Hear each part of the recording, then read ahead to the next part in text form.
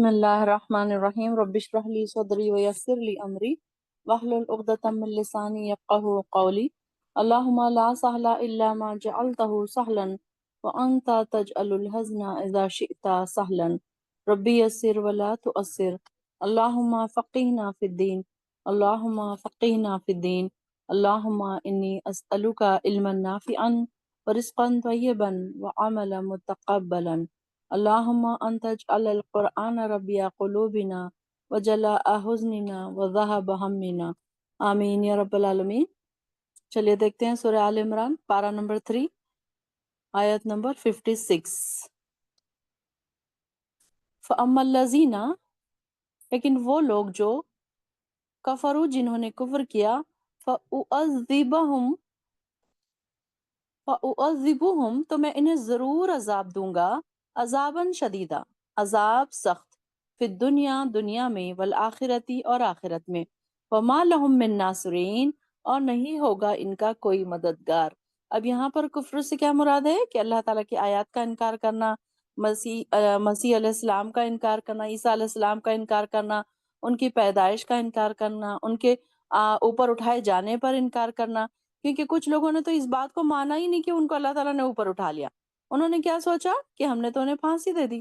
تو یہی ساری چیزیں ہیں جس میں اللہ تعالیٰ فرما رہے ہیں کہ یہ ساری چیزیں معلوم ہونے کے باوجود بھی، کیونکہ ان کی کتابوں میں بھی یہ لکھا ہے، ہماری کتابوں میں بھی یہی لکھا ہے، اللہ تعالیٰ نے بتا دیا یہ ساری چیزیں، تو لیکن اس کے بعد جو بتا رہے پیچھے، فیما جو میں فیصلہ کروں گا تمہارے درمیان، آیت نمبر 55 میں جو بتایا جا رہا ہے کہ ان باتوں میں جس میں تم اختلاف کرتے تھے، کہ اللہ تعالیٰ نے یہ ساری چیزیں جو بتا دی، عیسیٰ علیہ السلام کے بارے میں ان کا کیا اختلاف تھا کہ ایک تو یہ کہ وہ اللہ ایک تو انہوں نے ان کو اللہ ہی بنا دیا، ایک جگہ اللہ کا بیٹا بنا دیا، پھر ایک جگہ انہوں نے ان کو یہ کہا کہ ہم نے ان کو سولی پر چڑھا دیا۔ تو یہ ساری چیزیں کیا ہے، ان کا اختلاف تھا۔ تو جو لوگ ایسے کریں گے، جو لوگ یہی کفر ہے۔ کفر کس کو کہتے ہیں کہ اللہ کی باتوں کا انکار کرنا، اللہ کی آیتوں کا انکار کرنا، اللہ تعالیٰ کے احکامات کا انکار کرنا۔ تو اللہ تعالیٰ ایسے لوگوں کے بارے میں فرما رہے ہیں کہ میں ان کو سخت عذاب دوں گا۔ اللہم لا تجعلنا منہم، اللہ تعالیٰ ہمیں ایسے لوگوں میں سے نہ بنا، اور پھر ان کا کوئی مددگار نہیں ہوگا۔ دنیا میں دیکھیے کہ ہمارے مددگار بہت سارے لوگ ہوتے ہیں، ہمارے بڑے جان پہچان کے کوئی لوگ ہوتے ہیں۔ جب بھی انسان کوئی پریشانی میں پھنستا ہے، کوئی پرابلم میں پھنستا ہے، تو کیا کرتا ہے، فلاں فلاں کو فون کر لو، وہ آ کے تو آپ کی ہیلپ کر دیں گے، فلاں بڑے بڑے لوگ ہمارے پہچان کے ہیں تو وہاں سے چھڑا دیں گے۔ لیکن یہاں پر اللہ تعالیٰ کے پاس کسی کی کوئی سفارش کام نہیں آئے گی، اور نہ وہاں کوئی مددگار ہوگا۔ وَأَمَّا الَّذِينَ آمَنُوا اور لیکن وہ لوگ جو ایمان لائے، وَعَمِلُوا الصَّالِحَاتِ اور انہوں نے عمل کیے نیک، فَيُوَفِّيهِمْ تو اللہ تعالیٰ نے پورا دے گا، اجورہم ان کا اجر، واللہ اور اللہ لا يحب الظالمین نہیں پسند کرتا ظالموں کو۔ پھر یہاں پر ڈفرینشیٹ کر دیا، لیکن اوپر تو کس کی بات ہو گئی، کافروں کی، کفر کی کرنے والوں کی بات ہو گئی، اور ان کے اپوزٹ والے کون سے لوگ ہیں، آمنو اور عامل الصالحات، ایمان لانے والے لوگ اور عمل صالح کرنے والے لوگ، یہ دونوں اپوزٹ کیٹیگریز ہیں۔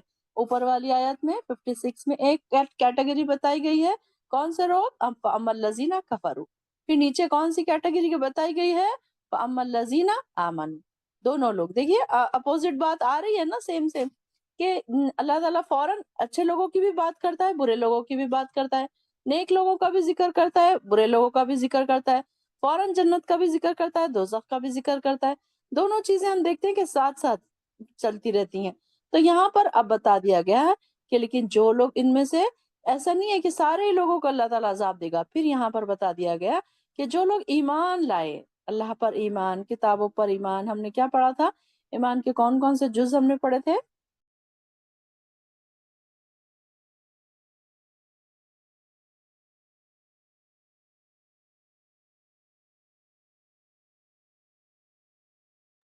تو ایمان کے جو جز ہم نے پڑھے تھے، تو وہ سارے کتابوں پر ایمان لانا، فرشتوں پر ایمان لانا، اللہ پر ایمان لانا۔ اب جب انسان اللہ پر ایمان لاتا ہے، تب اللہ تعالیٰ کے ایمان لانے پر ہی پھر وہ سارے نیکی کے کام بھی کرتا ہے، برائی سے بچتا بھی ہے۔ اب یہ دیکھیے کہ ان ساری چیزوں پر ایمان جب لائے گا انسان، جب ہی اس کا ایمان کامل ہوگا۔ پھر اس کے ساتھ ایمان لانا کافی نہیں ہوگا، بلکہ اور کیا کیا ہوگا، پھر چاہیے اس میں پھر عامل الصالحات، نیک عمل بھی کرنا ہے۔ اب یہ نہیں ہے کہ کسی نے کلمہ تو پڑھ لیا اور وہ بیٹھ گیا کہ بھائی میں تو ایمان لا لیا، میں نے کلمہ پڑھ لیا، میں ایسے گھروں میں پیدا ہوا تھا جہاں پر تو کلمہ پڑھے ہوئے سب لوگ ہیں، مسلمان ہی لوگ ہیں، تو اب پھر وہ ان کو پھر نیک عمل کی بھی ضرورت پڑے گی۔ ایسے نہیں ہے کہ صرف ایمان لانا کافی ہوگا، ایمان لانے کے بعد عامل الصالحات بھی چاہیے۔ پھر اللہ تعالیٰ کہہ رہا ہے فَيُوَفِّيهِمْ أُجُورَهُمْ، تو پھر اللہ تعالیٰ ان کو پورا پورا اجر دے گا۔ وَاللَّهُ يُحِبُّ الظَّالِمِينَ، اور اللہ تعالیٰ ظالموں کو پسند نہیں کرتا۔ ذَلِكَ نَتْلُوهُ، یہ ساری چیزیں ہم انہیں پڑھتے ہیں۔ ذالکہ سے کیا مراد ہے؟ یہ واقعات جو اوپر سنائے جا رہے ہیں واقعات آپ کو، تو یہ ہم آپ پر پڑھتے ہیں، علیکہ آپ پر، من الآیاتی نشانیوں میں سے ہے، وہ ذکر الحکیم اور حکمت والے ذکر میں سے ہے، یعنی کہ یہ ساری چیزیں جو معجزات ہیں جو آپ کو پڑھ کر سنائے جا رہے ہیں۔ نتلو کا کیا مطلب ہے؟ نتلو تلاوت سے ہے، تو تلاوت کا کیا مطلب ہے؟ کھول کھول کر بیان کرنا، سمجھانا، سمجھنا، یعنی کہ کوئی چیز ہم پڑھتے ہیں ایسے، تلاوت کا مطلب یہ کہ ایسا پڑھا جائے جو سمجھ میں آئے، ایسی بات سمجھائی جائے جو آپ کے سمجھ میں آئے، سب کو آسان ہو جائے سمجھنے کے لیے۔ تو یہاں پر نتلو ہم پڑھتے ہیں، یعنی کہ ہم سناتے ہیں۔ یہ واقعات جو آپ کو سنائے جا رہے ہیں یہ تو نبی صلی اللہ علیہ وسلم کو مخاطب ہے، کہ ان کو کہاں پتا تھا یہ ساری چیزیں ہوئی۔ اب یہ اگر ان کو وحی نہ کرتے، جبرائیل علیہ السلام آ کے ان کو یہ سارے واقعات نہ بتاتے، تو ان کو کیسے پتا چلتا یہ سب؟ تو اللہ تعالیٰ فرما رہے ہیں کہ یہ واقعات، ذالکہ سے مراد یہ سارے واقعات جو پیچھے ہم پڑھ کے آئے ہیں، عیسیٰ علیہ السلام کے بارے میں، موسیٰ علیہ السلام کے بارے میں، جو بھی باتیں ہم پڑھ رہے ہیں، تو یہ واقعات ہم انہیں پڑھ کر سناتے ہیں آپ پر۔ نشان، یہ ساری کی ساری نشانیاں ہیں، اللہ تعالیٰ کی آیات ہیں، اور ذکر الحکیم ہے، حکمت والے ذکر ہیں یہ سب۔ انا مثل عیسیٰ عند اللہ کمثل آدم، بے شک مثال عیسیٰ کی اللہ کے پاس کیسی ہے؟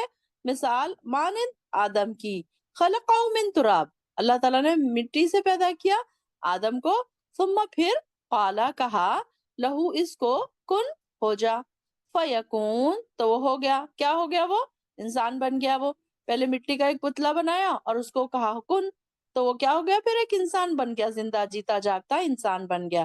اور الحق من ربک، یہ حق ہے آپ کے رب کی طرف سے، فلا تکم من الممترین، تو آپ نہ ہو جانا شک کرنے والوں میں سے۔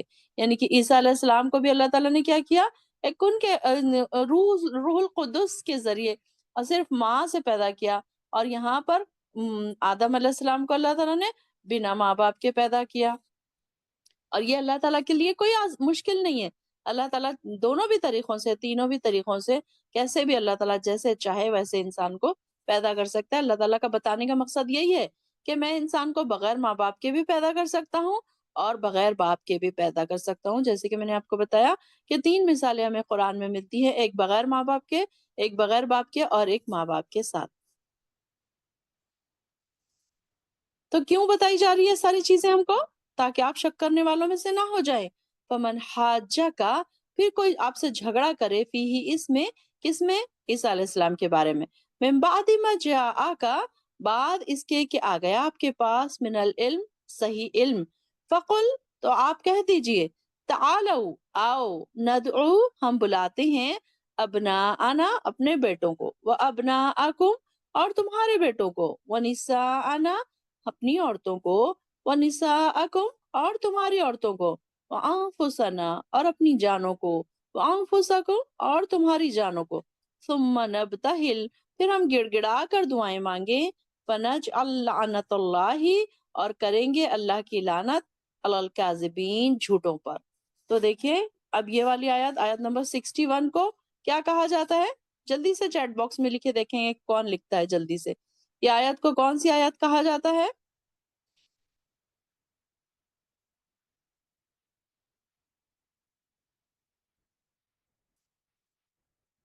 جی ویری گڈ نازیہ حسن، آیت مباہلہ، مباہلہ،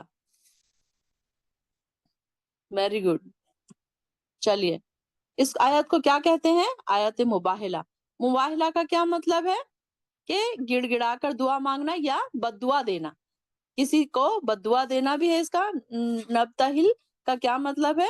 بد دعا دینا، گڑ گڑا کر دعائیں بھی مانگنا اس کا مطلب ہے، اور دعا بد دعا بھی دینا۔ تو یہاں پر اس کے پیچھے کیا ہے؟ ایک وفد جو آیا تھا نجران سے، جو ایک وفد آیا تھا، اس آیت میں عیسائیوں کے عقیدے مسیح کی تردید کا آغاز ہو رہا ہے کہ 8 ہجری کے آخر میں مکہ فتح ہو گیا، اور 9 ہجری میں ایک وفد جو تھا عرب کی مدینے میں آمد شروع ہوئی. کئی وفد آنے لگے، کئی گروپ بن کر لوگ آنے لگے. جب مکہ فتح ہو گیا تو لوگ کیا کرنے لگے؟ مکہ آنے لگے اور اسلام قبول کرنے لگے. تو یہاں پر ایک وفد، جو ان میں سے کچھ لوگ تو اسلام قبول کرنے آتے تھے اور کچھ لوگ کیا کرتے تھے؟ اسلام کی باتیں سیکھنے کے لیے آتے تھے. تو اسی زمانے میں نجران کے عیسائیوں کا ایک وفد جو تھا، وفد سے کیا مراد ہے؟ ایک گروہ بھی مدینے میں آیا، اور نجران، حجاز اور یمن سے زائد جنگی مرد بھی یہاں موجود تھے. یعنی کہ اس میں یہ سارے کے سارے درمیانی ایک علاقہ ہے جہاں عیسائیوں کی جمہوریت حکومت تھی. اس وقت اس علاقے میں 73 بستیاں شامل تھی اور 1 لاکھ سے زائد جنگی مرد بھی یہاں موجود تھے. یہ حکومت 3 سرداروں کے زیر حکم تھی.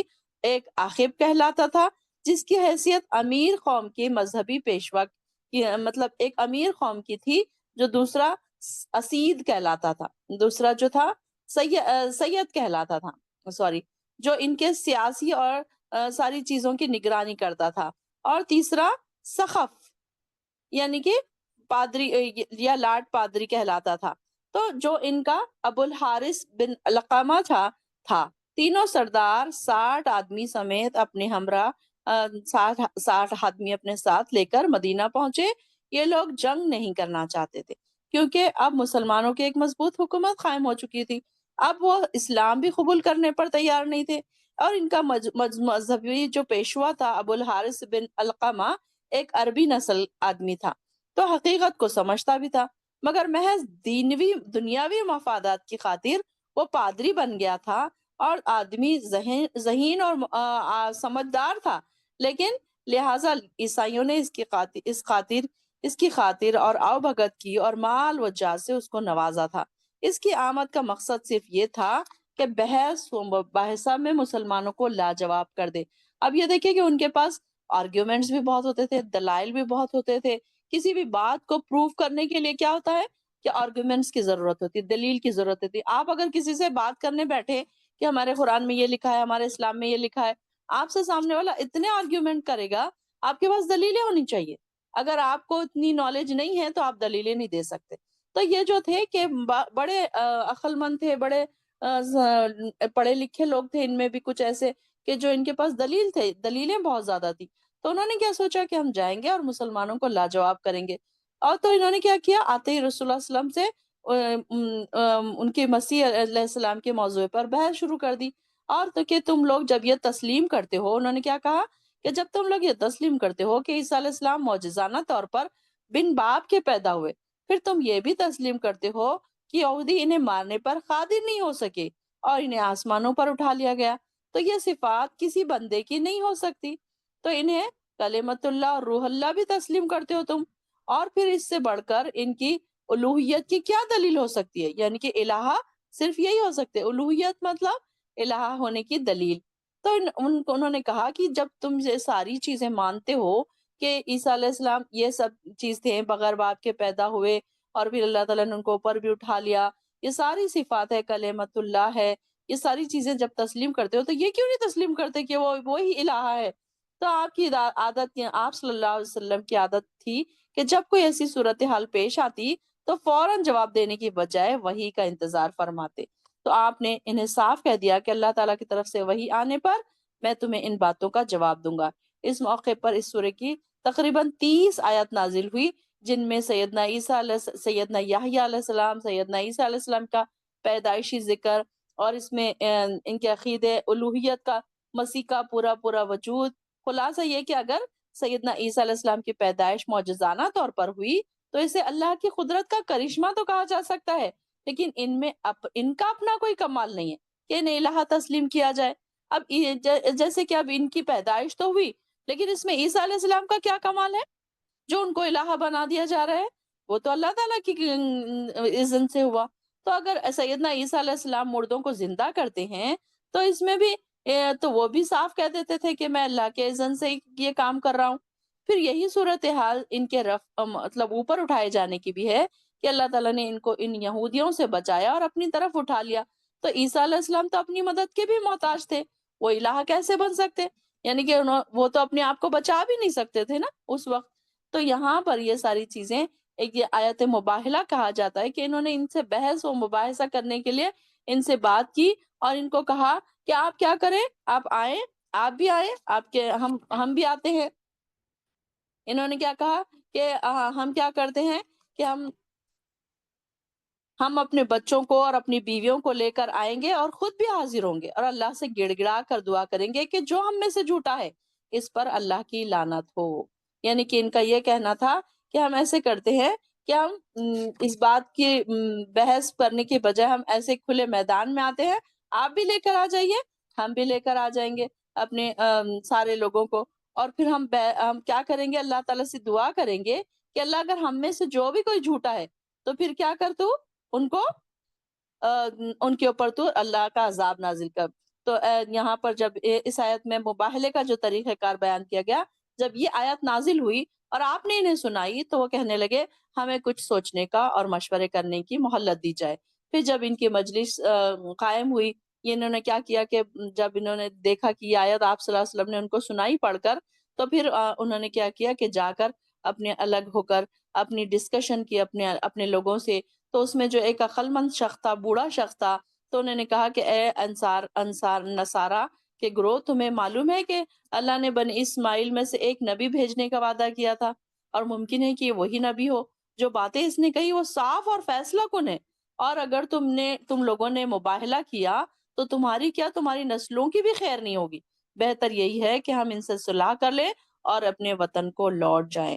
تو انہوں نے کیا کیا، دوسرے دن جا کر انہوں نے اپنے اپنے فیصلے سے ان کو بتا دیا کہ نہیں، ہمارا تو کوئی فیصلہ نہیں ہے ایسا کہ آپ سے بحث کرے، اور صلاح کی درخواست کی اور جزیہ ادا کرنا قبول کیا۔ جزیہ مطلب ٹیکس، اب وہاں پر رہنا ہے، اگر اسلام نہیں قبول کرنا ہے تو ان کو ٹیکس دینا پڑے گا۔ تو یہ ان کی یہاں پر بتائی گئی کہ یہ جو آیت مباہلہ جو ہے، تو اللہ تعالیٰ نے ان کو بتا دیا کہ یہ سب چیزیں اللہ تعالیٰ نے بتائی تھی، اور آپ صلی اللہ علیہ وسلم کو پھر وحی کے ذریعے بتائی گئی، اور وحی کے ذریعے بتا کر پھر آپ صلی اللہ علیہ وسلم نے ان کو بتایا۔ تو اس کو کیا کہتے ہیں، آیت نمبر 61 کے پاس آپ لکھ دیجئے، آیت مباہلہ۔ ان ھذا لہو القصص الحق، بے شک یہی بیان سچا ہے، وما من الہ الا اللہ، اور نہیں ہے کوئی معبود سوائے اللہ کے، وان اللہ لہو العزیز الحکیم، اور بے شک اللہ ہی خوب غالب اور نہایت حکمت والا ہے۔ اب یہاں پر بھی بتا دیا گیا کہ دیکھو جو بھی ہے سارا کچھ صاف بیان کیا گیا، ان ھذا لہو القصص الحق، یہی بیان سچا ہے۔ کیا سچا ہے؟ کہ اللہ کے علاوہ کوئی معبود نہیں ہے، لا الہ الا اللہ، الہ الا اللہ، سوائے اللہ کے، وان اللہ لہو العزیز الحکیم، اور بے شک اللہ ہی خوب حکمت والا ہے۔ دیکھیے لا الہ الا اللہ میں کیا ہے، سب سے پہلے لا الہ، انکار، کوئی الہ نہیں ہے، اس بات کا انکار ہے۔ سب سے پہلے انکار ہے سارے رب کا، سارے شرکا کا، شریکوں کا، کہ سب سے پہلے اللہ، ہم انکار کرتے ہیں، ہم کسی کو آپ کے ساتھ شریک نہیں ٹھہراتے۔ سب سے پہلے انکار ہے کہ کن سارے شریکوں کا انکار ہے، لا الہ، پھر اس کے بعد ہے الا اللہ، سوائے اللہ کے ہم کسی کی عبادت نہیں کرتے، الا اللہ، کہ دیکھیے کہ یہ کلمے کی وجہ سے کتنی جنگیں ہوئی، کتنے اس میں ان لوگوں نے، ان کو پتا تھا نا اس کا میننگ، ان کو یہ پتا تھا کہ ہمیں سارے ہمارے جو معبود ہیں ان کو سب کو چھوڑنا پڑے گا جب ہم لا الہ کہیں گے۔ تو لا الہ کہتے ہی ساری چیزیں ہماری پیچھے رہ جائیں گی، صرف الا اللہ بچے گا، یا سوائے اللہ کے ہم کسی کی عبادت نہیں کریں۔ تو یہ جو کلمہ تھا ان کے لیے بڑا ہی مشکل تھا، اور اس پر ان کو عمل کرنا اور اس کو زبان سے ادا کرنا ان کے لیے بڑا مشکل تھا۔ ہم تو 10 بار ادا کرتے ہیں لیکن ہمیں اس کا میننگ بھی نہیں پتا کہ ہم کیا کہہ رہے ہیں، ہم کتنا اللہ کو، اور یہاں پر تو یہ حال ہے کہ ہم لا الہ الا اللہ کہتے ہیں اور جا کر مزاروں پر چادریں چڑھاتے ہیں، مزاروں وہاں جو دفن ہے، جو بزرگان دین، ان سے دعائیں مانگتے ہیں، ان سے اپنی مرادیں مانگتے ہیں۔ تو یہ تو لا الہ کا مطلب نہیں ہوا نا، لا الہ کا مطلب ہی وہ ہے کہ لا الہ، کہ نہیں ہے کوئی معبود، ہم کسی سے نہیں مانگتے، ہم کسی کی عبادت نہیں کرتے، عبادت ہی ہو گئی نا وہ، جا کے آپ ان کے آگے ہاتھ جوڑ رہے ہیں، وہاں سجدے کر رہے ہیں، سجدہ کرنا ہی الہ کو سجدہ کیا جاتا ہے۔ تو آپ نے جا کر اگر دوسری جگہ سجدہ کر دیا، بازاروں پر جا کر سجدہ کر دیا، تو لوگ تو کہتے ہیں کہ نہیں ہم بس ان کی تعظیم کر رہے ہیں، ہم ان کی عزت کر رہے ہیں، لیکن اللہ کے برابر تو بنا دیا نا، سجدہ تو صرف اللہ کو کرنا تھا، لیکن جا کے تو ہم نے وہاں پر سجدے کر دیے، وہاں پر ہم نے اور لوگ کیا اس کی یہ دلیل دیتے ہیں کہ نہیں وہ اللہ کے چہیتے ہیں، بہت پہنچے ہوئے بزرگ ہیں، اس لیے ہم ان سے سفارش کروا رہے، جبکہ اللہ تعالیٰ نے تو ابلیس کی بھی بات سن لی، ابلیس کا بھی دعا قبول کر لی، تو ہماری اللہ تعالیٰ کیوں نہیں سنے گا ڈائریکٹ اگر ہم اللہ سے مانگیں گے؟ ہم تو بار بار قرآن میں پڑھ رہے ہیں کہ اللہ تعالیٰ کہتا ہے کہ مجھ سے مانگو، میں تمہاری دعاؤں کو قبول کروں گا، بار بار اللہ تعالیٰ ہمیں فرماتا ہے کہ تم مجھ سے مانگو، میں تمہاری دعائیں قبول کروں گا، اور ہم کیا کرتے ہیں؟ جا کر اس سے مانگتے ہیں، اولاد چاہیے تو ان کے پاس چلے، اور وہ خود ان کو خود بھی نہیں پتا کہ کون ان کے پاس آ رہا ہے، کون ان سے مانگ رہا ہے، انہیں خود بھی نہیں پتا، کیونکہ وہ تو اب اس دنیا سے وفات پا چکے ہیں۔ تو یہاں پر بھی اللہ تعالیٰ فرما رہے ہیں کہ اللہ تعالیٰ کے سوا کوئی معبود نہیں ہے، اور بے شک وہی غالب بھی ہے اور نہایت حکمت والا ہے۔ فَإِن تَوَلَّوْا، پھر اگر وہ پھر جائیں، فَإِنَّ اللَّهَ عَلِيمٌ بِالْمُفْسِدِينَ، تو وہ اللہ تعالیٰ خوب جاننے والا ہے۔ پھر اگر وہ اس بات سے پھر جائے کہ اللہ تعالیٰ کو نہ مانے، تو پھر کیا ہے کہ اللہ تعالیٰ ان کو خوب جاننے والا ہے، مفسدین کو، فساد کرنے والوں کو۔ قُلْ يَا أَهْلَ الْكِتَابِ، اے اہل کتاب، تعالو، آؤ، ایسی الا کلمتن، ایسی بات کی طرف، تعالو علو سے ہے، اعلیٰ سے ہے، اچھی بات کی طرف، اعلیٰ بات کی طرف، ایسے کلمے کی طرف، سوائم بیننا و بینکم، جو برابر ہے ہمارے درمیان اور تمہارے درمیان۔ اب یہ دیکھیے کہ ان کو نبی صلی اللہ علیہ وسلم نے ان لوگوں کو کہا، عیسائیوں کو، کہ بھئی یہ دیکھو کہ تم ایسے کلمے کی طرف آؤ جو ہمارے اور تمہارے درمیان برابر ہے۔ اللہ نعبد الا اللہ، یہ کہ ہم نہ عبادت کریں مگر اللہ ہی کی، ولا نشرکا، اور ہم شریک ٹھہرائیں بھی اس کے ساتھ، شیئن کسی چیز کو، ولا یتخذ بعضنا بعضا اربابا، اور نہ ہم بنائیں ہمارے بعض کو رب، رب نہ بنائیں ہم، من دون اللہ، اللہ کے سوا۔ فَإِن تَوَلَّوْا، پھر اگر وہ منہ پھر لے، فَقُولُوا، تو تم کہو، اشہدو، گواہ رہو، بِأَنَّا، کہ اس بات سے کہ بے شک ہم مسلمون، اللہ کے فرما بردار ہیں۔ یعنی کہ دیکھیے کہ اس میں بھی یہی بات بتائی جا رہی ہے کہ اللہ تعالیٰ نے پہلے ہی کہہ دیا کہ ایسے، آپ صلی اللہ علیہ وسلم نے فرمایا کہ ایسی کتاب کی طرف آؤ، اے اہل کتاب، ایسی بات کی طرف آؤ جو تمہارے اور ہمارے درمیان برابر ہے۔ کون کون سی چیزیں برابر ہے؟ یہی کہ اللہ تعالیٰ نے، ہر نبی نے یہی بات سکھائی کہ جو بھی اللہ کی طرف آئے گا، انہوں نے وحدانیت کی، اللہ کی وحدانیت کی بات سکھائی، اللہ کی طرف بلانے کی بات سکھائی، اور اللہ وحدہ لا شریک کی بات کا پیغام دیا سارے انبیاء نے۔ تو یہ بات ہر اس میں برابر ہے، ہر اس میں ہر نبی نے یہی بات بتائی، تو یہی چیز ہمارے درمیان برابر ہے، تو اس بات کی طرف آ جاؤ، باقی ساری باتیں چھوڑ دو، تو تمہارے اندر یہ کہ اللہ کے سوا کسی کی عبادت نہیں کریں گے، اور نہ کسی کو شریک ٹھہرائیں گے، اور نہ ہی ہم میں سے کوئی شخص اللہ کو چھوڑ کر کسی دوسرے کو رب بنائے گا۔ رب بنانے سے کیا مراد ہے؟ اب رب بنانے سے مراد یہ ہے کہ ہم اللہ کے علاوہ کسی کو اپنا سمجھے، کسی کو بہت بڑا سمجھے۔ یہ ویسے تو لا الہ سب پڑھتے ہیں، لیکن دیکھیے کہ کتنی کیسے ہمارے آس پاس کچھ ایسے چیزیں ہیں جن کو ہم نے رب بنا لیا ہے۔ اب رب سے مراد یہ نہیں کہ ہم ان کو جا کر رب کہتے ہیں، بلکہ ہم نے ان کو اتنا بڑا رتبہ دے دیا کہ جیسے رب بنا دیا ان کو۔ اب جیسے کہ فار ایگزامپل اگر آپ دیکھیں تو ہم کسی ڈاکٹر کے پاس علاج کروا رہے تھے، وہاں سے ہمیں فائدہ ملا، تو ہم کیا کہتے ہیں کہ وہ ڈاکٹر بڑا اچھا ہے، اس نے تو مجھے زندگی دے دی۔ کوئی مرتے مرتے بچ گیا تو اس کو کیا کہتے ہیں کہ وہ ڈاکٹر اتنا اچھا ہے کہ اس نے دوسری زندگی دے دی۔ تو کیا کیا ہم نے؟ اس کو رب بنا دیا، اللہ کی جگہ اس کو کھڑا کر دیا۔ کچھ ایسے ہمارے رشتے ہوتے ہیں، کچھ ایسی ہماری آرزوئیں ہوتی ہیں جن کو ہم نے اتنا زیادہ اپنا بنا لیا ہے کہ اس کو ہم نے رب ہی بنا لیا، اپنی سب ہر خوشی وہیں پر ہم نے ڈھونڈ لی۔ تو یہاں پر ایسے لوگوں سے اللہ تعالیٰ فرما رہے ہیں کہ کیا تم ان کو چھوڑ کر رب بناتے ہو، اللہ کو چھوڑ کر کسی دوسروں کو رب بناتے ہو، من دون اللہ، اللہ کو چھوڑ کر؟ یعنی کہ کئی ایسی چیزیں ہیں جو شرک میں مبتلا کرتی ہیں انسان کو، اور انسان کو اس بات کا پتہ بھی نہیں چلتا۔ اب یہ انسان جا رہا ہے، چادریں چڑھا رہا ہے، سجدے کر رہا ہے، اور وہ کہہ رہا ہے کہ نہیں، میں اللہ کی تو میں عبادت کرتا ہوں، میں اللہ کو تو مانتا ہوں، لیکن میں تو صرف وہاں پر اپنی مراد بولنے کے لیے جا رہا ہوں۔ تو یہ کیا ہے؟ ان کو رب بنانا ہو گیا۔ تو یہ رب مت بناؤ کسی کو، اللہ کے علاوہ رب مت بناؤ۔ رب تو وہی ہے جو دینے والا ہے، زندگی دینے والا بھی وہی ہے، موت دینے والا بھی وہی ہے، اچھائی اور برائی کا دینے والا بھی وہی ہے۔ تو انسان کہتا تو کہیں ہر زبان سے انسان کہتا ہے، زبان سے انسان کہتا ہے کہ لا الہ الا اللہ، لیکن جا کر دوسروں کو رب بناتا ہے اپنی چھوٹی چھوٹی خواہشات پر۔ اب آپ دیکھیے کہ جہاں پر آپ جاب کرتے ہیں وہاں جو بھی ہے بڑے آفیسرز، تو ان کو کتنا زیادہ آپ عزت دیتے ہیں، جیسے کہ ان کو رب ہی بنا دیا آپ نے۔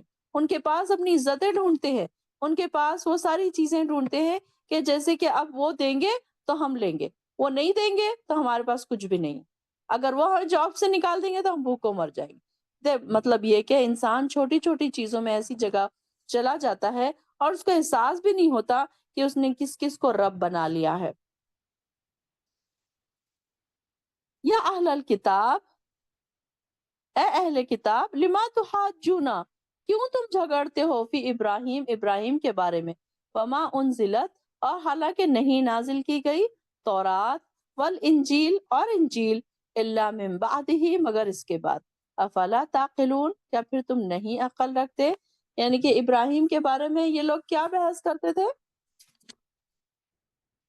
کہ ابراہیم علیہ السلام، یہود کہتے تھے کہ وہ یہودی تھے، نصارہ، یہود اور نصارہ دونوں سیدنا ابراہیم کو اپنا پیشوا، اپنا تسلیم کرتے تھے، اور اس کے باوجود ان میں شدید قسم کے اختلافات تھے۔ یہودیوں کا یہ دعویٰ تھا کہ سیدنا ابراہیم علیہ السلام ہمارے مذہب پر تھے، اور یہودی تھے، اور نصارہ کا یہ دعویٰ تھا کہ یہ ہمارے مذہب پر تھے، یعنی نصارہ تھے۔ تو اللہ تعالیٰ نے انہیں فرمایا کہ عقل کے اندھو، یہودی وہ ہیں جو تورات کا ہونے کا دعویٰ کرتے ہیں، اور نصارہ وہ ہیں جو انجیل کے پڑھنے کا دعویٰ کرتے ہیں۔ اور یہ دونوں کتابیں تو سیدنا ابراہیم کی وفات کے مدتوں بعد نازل ہوئی تھی، پھر سیدنا ابراہیم یہودی اور نصرانی کیسے ہو سکتے ہیں؟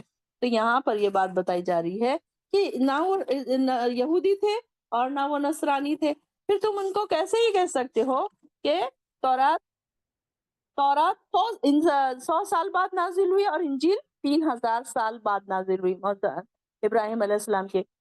یعنی کہ اس میں یہ بتایا جا رہا ہے کہ تورات اور انجیل تو بہت بعد میں نازل ہوئی، پھر تم یہ کیسے بحث کرتے ہو کہ وہ نصرانی تھے یا یہودی تھے؟ تو یہ تو بحث ہو ہی نہیں سکتی کامل۔ ہاں، کانا ابراہیم یہودین ولا نصرانین، اور نہیں تھے ابراہیم علیہ السلام یہودی اور نہ نصرانی، ولیکن کانا حنیفا مسلمن، لیکن وہ تھے حق ایک رخ ہو کر عبادت کرنے والے، وما کانا من المشرکین، اور نہیں تھے وہ مشرک۔ یعنی کہ ابراہیم علیہ السلام کے بارے میں بتا دیا کہ وہ خالصتاً ایک رخ ہو کر اللہ کی عبادت کرنے والے تھے، اللہ کا حکم ماننے والے تھے، اور دوسری شیطانی طاقتوں کے سامنے، طاغوت کی طاقت کے سامنے جھکنے والے نہیں تھے، اور خالصتاً موحد تھے، مشرک نہیں تھے، جبکہ تم دونوں مشرک ہو۔ یعنی کہ یہود عزیر علیہ السلام کو اللہ کا بیٹا بناتے تھے، اور نصارہ عیسیٰ علیہ السلام کو اللہ تعالیٰ کا بیٹا بناتے تھے، اور 3 خداؤں میں سے تیسرا خدا کہتے تھے۔ تو یہ سب چیز تم کرتے تھے، لیکن ابراہیم علیہ السلام تمہارے دین پر کیسے ہو سکتے ہیں جبکہ وہ تو اللہ کے ایک رخ ہو کر عبادت کرنے والے تھے، حنیفا مسلمن، یعنی کہ صرف اور صرف اللہ کی طرف رخ عبادت کرنے والے، وما کان من المشرکین، اور نہیں تھے وہ مشرک۔ ان اول الناسی، اور بے شک قریب تر تمام لوگوں میں سے بھی ابراہیم کے، للذین، وہ لوگ ہیں جنہوں نے اتبعوہ، ان کا اتباع کیا، وحاذا النبی، اور یہ نبی، والذین آمنوا، اور وہ لوگ ہیں جو ایمان لائے، واللہ ولی المؤمنین، اور اللہ تعالیٰ دوست ہے مومنوں کا۔ یعنی کہ دیکھیے کہ یہاں پر بھی بات بتا دی گئی کہ جو لوگ تمام لوگوں میں سے ابراہیم، البتہ وہ لوگوں میں سے جن کا اتباع کیا گیا، اور یہ وہ نبی ہیں، اور وہ لوگ اللہ تعالی، وہ لوگ ہیں جو ایمان لائے، ایسے لوگ جو ایمان لانے والے ہیں، تو ان کے بارے میں بتا دیا گیا کہ ایسے لوگوں کا ہی اللہ تعالیٰ دوست ہے اور حامی ہے۔ یعنی کہ سب ابراہیم علیہ السلام سے قریب تر جو نئے لوگ ہیں جنہوں نے ان کی پیروی کی، اور پھر ان کے بعد کتاب میں سے جو کچھ یہ لوگ چاہتے تھے وہ آپ کو گمراہ کر دے، کہ یعنی کہ تو ایسے لوگ جن کے بارے میں بتایا جا رہا ہے کہ یہ لوگ تو سارے کے سارے انکار کرنے والے، اور جن کے بارے میں تم جھگڑا کر رہے ہو وہ تو اللہ کی طرف عبادت کرنے والے تھے، نہ وہ یہودی تھے اور نہ عیسائی تھے، اور وہ مشرک بھی نہیں تھے۔ تو یہاں پر آپ لوگوں کو گمراہ یا آپ لوگوں کو گمراہ کر دے، حالانکہ وہ اپنے آپ کو ہی گمراہ کر رہے ہیں۔ یہاں پر ان کے بارے میں بتایا جا رہا ہے کہ یضلونکم، اور چاہتا ہے ایک گروہ اہل کتاب میں سے کاش کہ وہ تمہیں گمراہ کر دے، اور نہیں وہ گمراہ کرتے مگر موا یضلون، اور نہیں وہ گمراہ کرتے الا انفسہم وما یشعرون، مگر وہ اپنے آپ کو ہی اور گمراہ کر رہے ہیں اور وہ شعور نہیں رکھتے۔ یہاں پر دیکھیے کہ اللہ تعالیٰ کس کا دوست ہے؟ والذین آمنوا واللہ ولی المؤمنین۔ اللہ تعالیٰ ہمیں بھی اپنے دوستوں میں شامل کر لے، اور اللہ تعالیٰ ہمارے ایمان کو خالص کر دے، ایمان کو ہمارے پختہ کر دے، پکا کر دے، تاکہ ہم بھی اللہ کے دوستوں میں شامل ہو جائے۔ تو یہاں پر جو لوگ ابراہیم علیہ السلام کی پیروی کرنے والے ہیں، اتباع کرنے والے ہیں، جو قریب تر ہیں ان کی پیروی کے، تو ایسے لوگ جو کیا ہے ایمان والے ہیں، اور اللہ تعالیٰ ہی ان کو اپنا دوست رکھتا ہے۔ جو ایمان والے لوگ ہیں اللہ تعالیٰ ہی ان کو اپنا دوست رکھتا ہے، اور وہی سچے اور پکے مومن ہیں۔ اور اس میں سے ایک گروہ کیا چاہتا ہے اہل کتاب میں سے؟ کاش کہ وہ تمہیں گمراہ کر دے۔ اب یہ دیکھیں کہ ہمارے آس پاس کئی ایسے گروہ ہیں جو ہم کو گمراہ کرنے کے لیے بیٹھے ہیں۔ آج کل تو ویسے ہی آزمائش کے اس میں دور میں آپ دیکھیں کہ اتنے فتنے برپا ہیں کہ انسان کو اپنے دین کو سنبھالنا بڑا مشکل ہو رہا ہے۔ تو یہاں پر بھی بتایا گیا ہے کہ ایک گروہ ایسا ہے تمہارے آس پاس کہ وہ تمہیں گمراہ کر دے، اور نہیں وہ گمراہ کرتے مگر اپنے ہی آپ کو، اور نہیں وہ شعور رکھتے۔ یہ دیکھیے کہ کیسی کیسی چیزیں گمراہ کرنے کی کیسی بدعات نکل گئی ہیں، کیسے نئے نئے مذاہب، جو ہم نے سنا کہ 73 فرقے ہوں گے، تو سب کوئی اپنے آپ کو اپنے صحیح دین پر سمجھتا ہے۔ آپ دیکھیں کہ اگر آپ کسی سے بحث کرنے لگے تو وہ اپنے دین کو صحیح سمجھتا ہے، لیکن یہ دیکھیے کہ وہ کہیں نہ کچھ ان کی گڑبڑ ہے، اور ان کے دین میں کچھ نہ کچھ خرابیاں انہوں نے پیدا کر لی، کچھ نئی نئی چیزیں اس میں ایجاد کر لی، کچھ نئے چیزیں اس میں بنا لی، کچھ عبادت کے طریقے بدل دیے۔ تو یہ ساری چیزیں ہونے کے بعد اب یہ کیا ہے، ان کے پاس وہ خود بھی گمراہ ہوتے ہیں اور دوسروں کو بھی وہ گمراہ کرتے ہیں۔ تو یہاں پر ان کے بارے میں بتایا جا رہا ہے کہ ایک گروہ ہے، ہمیشہ رہے گا ایسا گروہ کہ وہ تمہیں ہمیشہ گمراہ کر دے۔ اب یہ دیکھیے کوئی انسان دین پر چلنا چاہے تو اس کے لیے بڑا ہی مشکل ہوتا جا رہا ہے، اور قیامت کے قریب کیا ہوگا؟ ایک حدیث میں آتا ہے کہ قیامت کے قریب اتنے فتنے برپا ہوں گے کہ اپنے دین کو سنبھالنا اتنا مشکل ہوگا جیسے ہاتھ میں کوئی انگارہ لے کر چل رہا ہے۔ تو یعنی کہ کتنا مشکل ہے نا کہ اگر کسی کے ہاتھ میں انگارہ رکھ دیا جائے اور اس کو کہا جائے کہ چلیے آپ آگے۔ تو یہ بالکل ایسے ہی آج کا دور بھی اسی طریقے سے ہے کہ انسان کو اپنے دین کو سنبھالنا بہت مشکل ہو رہا ہے، دین پر عمل کرنا مشکل ہو رہا ہے، چاروں طرف سے راستے تنگ ہو رہے ہیں، اور انسان کے لیے یہ مشکل ہے کہ وہ اپنے دین پر کیسے عمل کرے۔ ابھی ایسے حالات میں کیا ہوگا پھر؟ بہت سارے لوگ اپنے دین کو فار گرانٹیڈ لیتے ہیں، کبھی کر لیا کبھی چھوڑ دیا، کبھی پردہ کر لیا، کبھی حالات ٹھیک ٹھاک رہے تو پردہ کر لیا، کبھی حالات ٹھیک ٹھاک نہیں ہے تو چھوڑ دیا۔ جیسے کہ کل بھی ہماری اس بات پہ بات ہوئی تھی کہ کیا ہوتا ہے کہ کئی ایسی جابس ہیں جہاں پر یہ ساری چیزیں نہیں منع کر دی جاتی ہے تو فوراً لوگ منع ہو جاتے ہیں، رک جاتے ہیں فوراً۔ ایک جاب کے لیے، ایک دنیا کی چیزوں کے لیے، دنیاوی مفادات کے لیے بہت ساری چیزیں انسان چھوڑ دیتا ہے۔ تو پھر کیا ہے؟ پھر انسان تو پھر یہی کر رہا ہے کہ جو گمراہ کرنے والے لوگ ہیں ان کے پیچھے پیچھے ہم چل رہے ہیں۔ پھر ہم نے تو اپنے دین کا کوئی پاس ہی نہیں رکھا پھر، تو وہ لوگ تو چاہتے ہی ہیں کہ تم کو دین سے ہٹا دے۔ دیکھیے کہ آج آس پاس آج کے زمانے میں اتنے زیادہ فتنے ہیں کہ انسان بڑی آسانی سے دین سے ہٹ رہا ہے۔ یونیفارمز ایسے رکھے جا رہے ہیں کہ جس میں آپ کو پردہ نہیں کرنے دیا جاتا، کئی ایسی جابس ہے جہاں پر داڑھی الاؤڈ نہیں ہے، پینٹس نیچے تک اونچی پینٹ پہننا الاؤڈ نہیں ہے، مطلب کوئی ایسی چیز جس سے تمہارا اسلام پریزنٹ کرتا ہے، ریپریزنٹ کرتا ہے، ایسی چیزوں سے تم کو دور رکھا جا رہا ہے۔ اور پھر جو لوگ کمزور دین والے ہیں تو وہ کیا کرتے ہیں؟ پھر ایسی چیزوں کو ایزیلی چھوڑ دیتے ہیں، اپنے دین کو چھوڑ دیتے ہیں، دنیا کی خاطر اپنے دین کو قربان کر دیتے ہیں۔ تو یہاں پر وہی بتایا جا رہا ہے کہ ایسے بھی لوگ ہوں گے جو تمہارے آس پاس ہیں اور وہ خود بھی گمراہ ہو رہے ہیں اور تم کو بھی گمراہ کرے، لیکن ان کا شعور نہیں ہے اس بات کا کہ وہ خود گمراہ ہو رہے ہیں۔ یا اہل الکتاب، اے اہل کتاب، لما تکفرون بآیات اللہ، تم کیوں کفر کرتے ہو اللہ کی آیات کے ساتھ، وانتم تشہدون، حالانکہ تم گواہی دیتے ہو۔